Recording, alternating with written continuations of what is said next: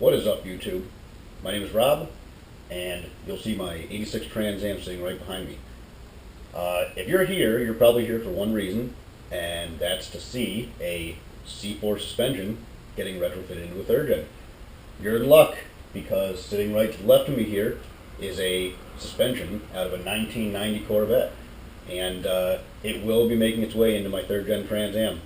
So follow along with me in this YouTube series, and I'm going to document and show you guys every aspect and what I had to do to get that suspension to fit. Now, little backstory for you. This car I built probably about 5 years ago. I've been driving it. I love it. Some of you might recognize the car from my build online, but if you don't, it's basically got a turbo 5.3 LS engine in it. It's a 6-speed manual. The whole suspension's been built up on the car, the paint, body, everything. There's not a single part of this car I haven't touched during my build. I absolutely love driving it. The car has done everything I want it to do except steer. It has never steered.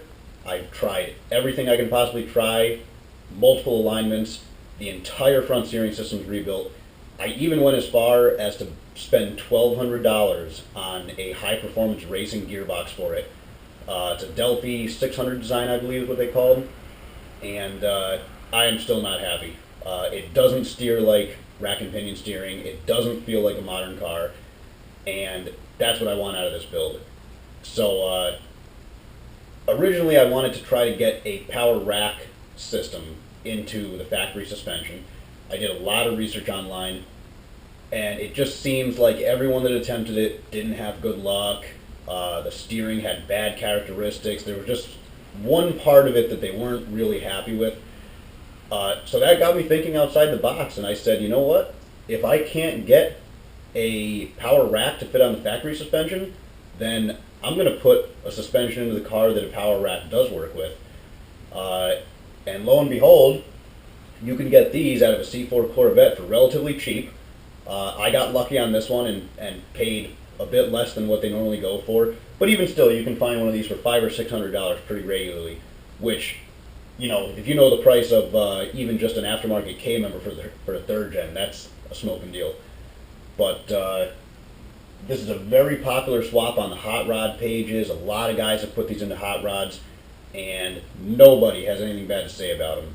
Basically, they say that the car feels like a new car. It transforms the way the front suspension feels, and like I said, I'm pretty pumped. Hopefully this does exactly what I want it to do and makes the car drive and steer like a brand new car. So we're going to find out. Alright, with any project like this, measurements are very critical. So while the car is at ride height, I'm going to take quite a few measurements of fender height, hub height, and just get all my ducks in a row before I start this, because once you have this thing apart, you're not going to want to put it back together because you forgot a measurement. So taking measurements of all aspects of the front end is going to be nice, because once we start going to fab this in, you want to know how everything's sat from the factory. So basically, I made up a little diagram here of just a quick picture I drew of each side of the car. You know, you've got your hub in the middle here. I'm going to measure the degree angle of the throttle body, and basically just get as many measurements as I can get so that I have reference points. So, start measuring.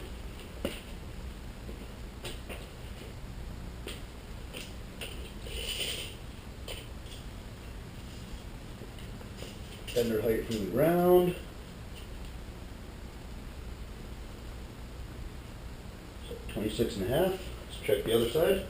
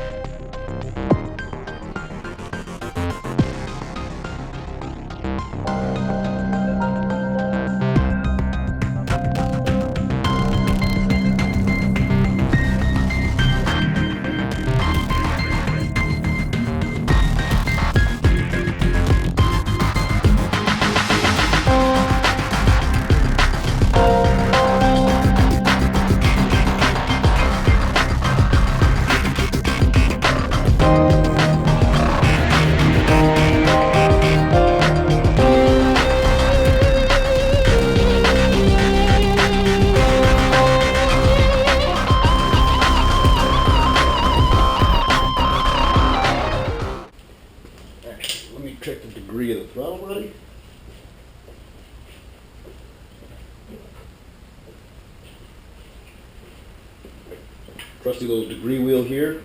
These can be bought for cheap, and they are extremely valuable when doing something like this.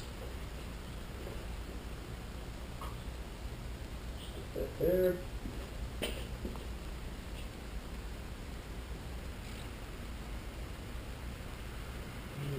It's like about 4 degrees.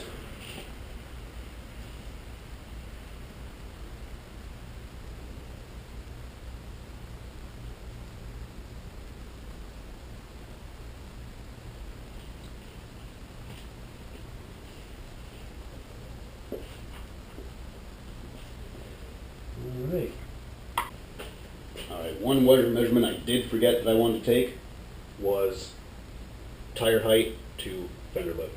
And that's really only for my end ride height. I mean, if you're running these exact same wheels and tires, it's going to be the same if you go off your measurements that I already took. But, like I said, the more measurements, the better.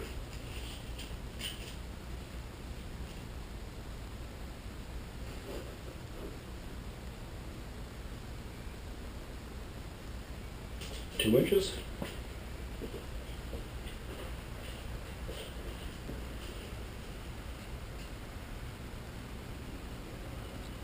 And 2 inches. Alright, well, we're looking good. The car is basically perfectly level all around with the factory suspension on it, which is a good thing. That means everything's straight, everything's the way it's supposed to be, and I think we've got a good starting point here. As you can see on the little diagram, I've just got all the measurements written down showing how everything was positioned before I take it apart, and that means we can start ripping this thing apart. Alright, so I've got the wheels and tires off the car, got the car up on jack stands now. I've got the jack stands positioned under the K member because I want the car to be up in the air, how it's going to be sitting on the ground, and in my experience at least, I've noticed that if you put the jack stands under your subframe connectors or the frame rails back here, the front of the car will sag down a little bit, and I don't want that. So, jack stands under the K member, car is up in the air like it would be sitting on its own weight, and start tearing this thing apart. Gonna start off with the sway bar and work from there.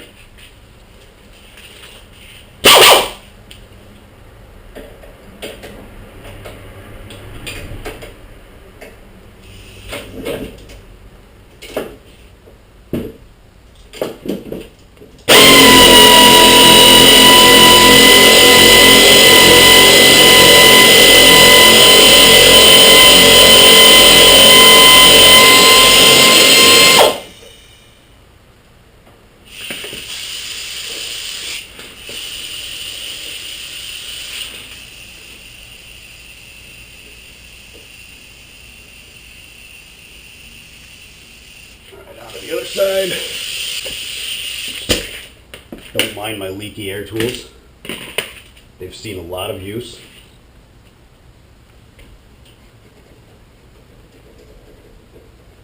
Come on.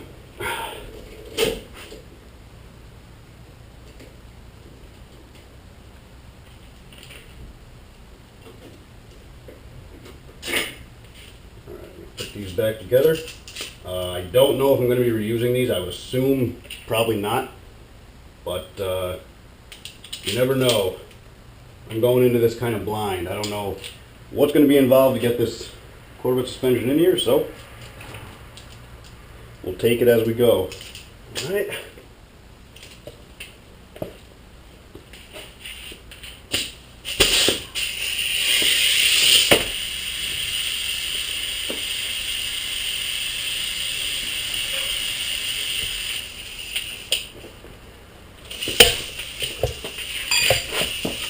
The end links. Now it's time to take off the chassis bushing.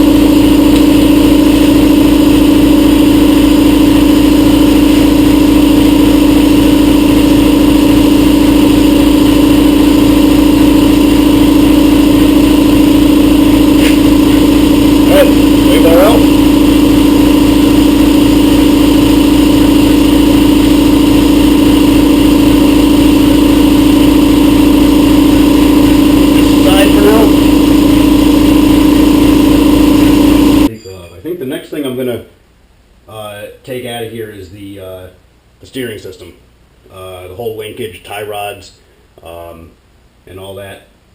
So let's work on getting that out of the way next.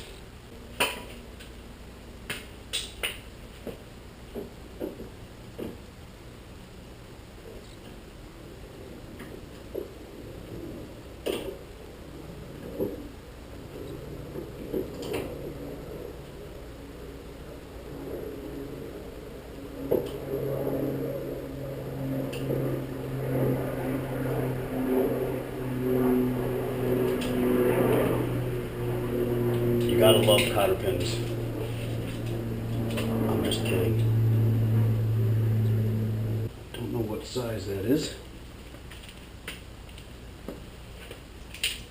Look at that, it's a 17. Let's see if the ratchet takes it off. If not, I'm gonna have to get the impact gun out.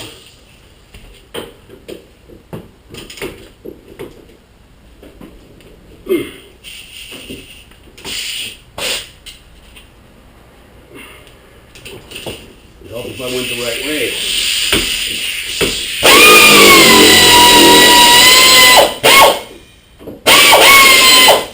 Well, it's going to be good for us too. Pop right out. Helps having a relatively newly restored car. I honestly always love working on this thing because I know that everything is only a couple years old and I only drive it in nice weather, so it comes apart easy. Unlike 99% of the other vehicles I work on. Alright, so now the tie rods are disconnected from the steering knuckles. I'm going to go ahead and disconnect them from the pitman arm and the oiler arm, and the whole steering should drop out as one piece. Did I mention to you guys that I hate cotter pins? Little trick I use. Sure, a lot of you know about this, but put two wrenches together, more leverage.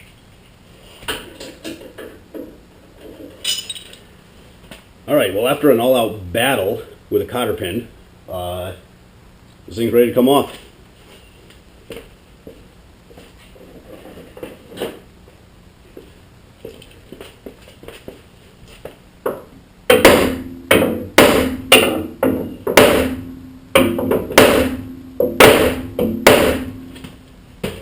When all else fails, these are extremely valuable.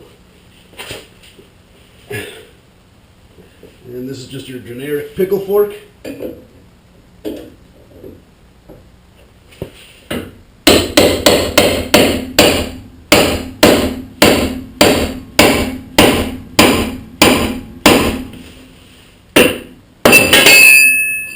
Alright, that was on there with some attention.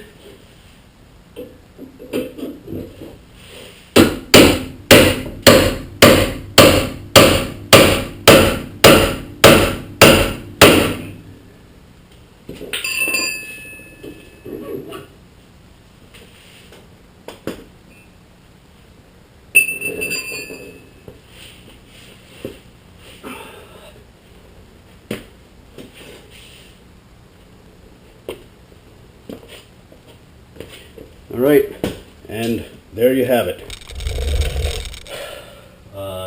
Steering linkage is off, and honestly, this is one of the main reasons that I'm doing the C4 suspension swap. Gearbox steering, it's old-fashioned. In my opinion, it's garbage. Some guys love it, some guys hate it. I hate it. I think that having all these linkages going on and you know, a gearbox mounted to a flimsy sheet metal frame rail as opposed to the stiff engine K-member is just a bad idea. There's way too much room for stuff to you know, wander and come out of whack. So part of the main reason for doing the C4 suspension is just to get that steering nice and precision and give it more of a modern car feel. So, good riddance. I won't miss you. Alright, I guess next thing we can do is get the brakes taken off. Those are actually going to be getting reused. I'll be using adapter brackets on the C4 front end, and these are actually C5 brakes, a little bit bigger, nice looking calipers, but basically these will bolt right onto the C4 suspension as long as I get a adapter plate for the caliper. Anyways, let's get these off.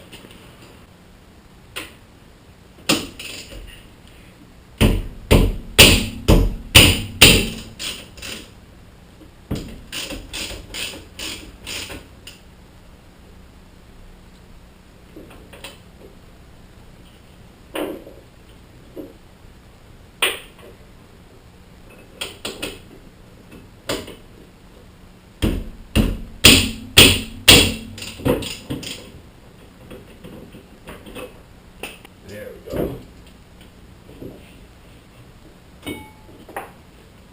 All right. One caliper off.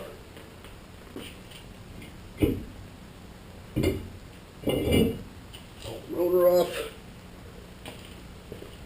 And actually, one thing I want to point out to you guys. One of the other things that I am not a fan of this suspension. Take it right over here so you can see. Hopefully you guys can see that in the camera view there. But basically my shock absorber has been plowing its way through the cutout here. And the reason for that is because I wanted to try to get as much caster out of this thing as I could. Obviously caster has benefits like helping you track straight. It's good for wheel recenter after you make a turn. And I believe that the max caster that the alignment guy was able to get out of this was 4.8, which is terrible. That's absolutely terrible. And even at 4.8, it's doing this, as you can see up here. I hope you can see that. I'm going to hold the camera here. But right there, it pretty much destroyed my sheet metal in the wheel well. The shock was getting beat to hell, and that's barely any caster, so that's actually pathetic to see that happening. But anyways, one more reason for the C4 suspension. Alright, now that we've got the brakes and the steering and all that out of the way, the next step is going to be to drop down the A-arms and remove the springs. So I've got a jack positioned under the ball joint area of the A-arm. Got a little bit of tension on it, and basically you've got to pop off your strut nut up here, and then just slowly lower the jack. That'll relieve the tension on the spring, and then you can pop the spring out.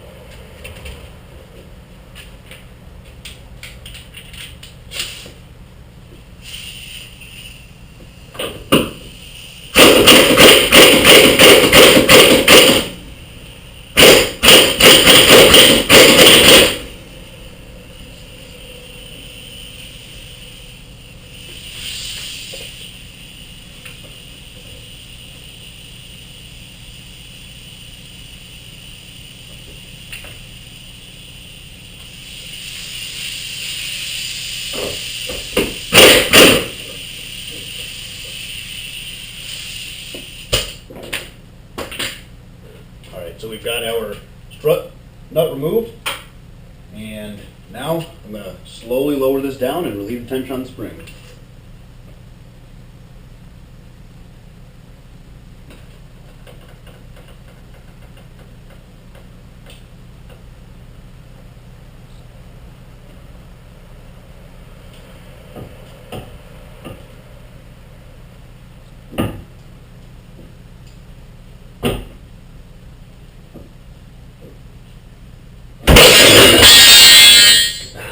Alright, well, something bound up, as you can see. I don't know what got stuck, but all is well. The spring is out. It removed itself. Can't complain about that. Let's move that out of the way. Next, I'm going to remove the control arm bolts. drop the whole assembly out as one unit.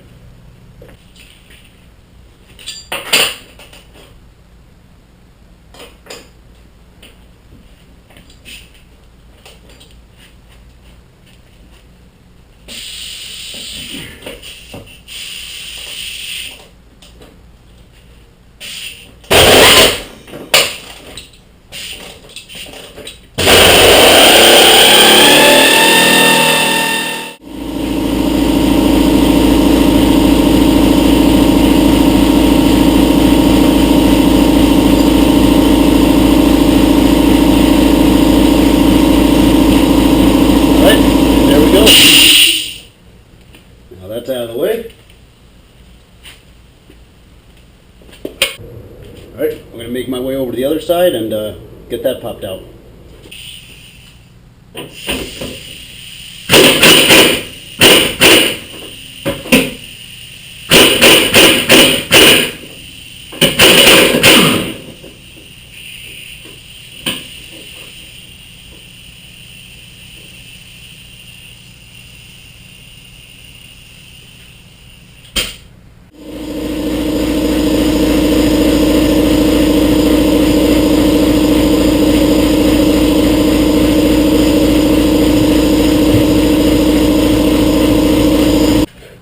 So, the suspension is basically out of the car.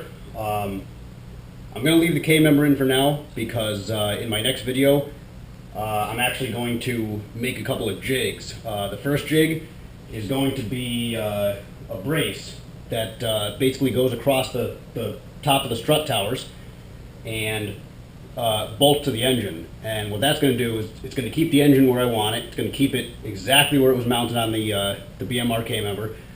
And that way I can drop the K-member out and have the engine stay in place. That'll be nice for when I go to fab the C4 suspension in.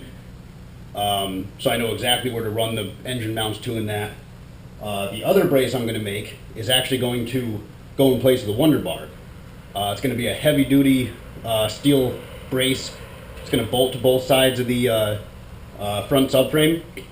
And I'm going to have a little jacking point on it so that that'll allow me to jack the front end of the car up and down as I need to, as I'm fitting the C4 suspension in. So, other than that, I think I'm going to pop off the caster camber plates, and I think that's about going to wrap it up. Alright guys, I just wanted to say thank you so much for watching the video. I hope that all you follow along and see how this project progresses. I'm pretty excited that this is going to be probably one of the only third-gen Firebirds in the country to have a C4 front suspension in it. You know, I actually am considering doing some giveaways through this. You know, if I get a bunch of subscribers and you know, people really enjoying the series. And one of the parts in question is my J&M caster camber plates. Wait till the next video. I'll think of something. We'll figure out some kind of a giveaway to do. But these are a great item for replacing the factory ones on your car. They've got the spherical bearings in them, and they offer quite a bit more adjustability than the factory ones. So we'll figure some kind of a giveaway, you know, based on subscribers and how much interest this video series gets. But anyways, I just want to thank you guys for watching. Be sure to like the video, subscribe, and look for future updates. I'll talk to you guys later.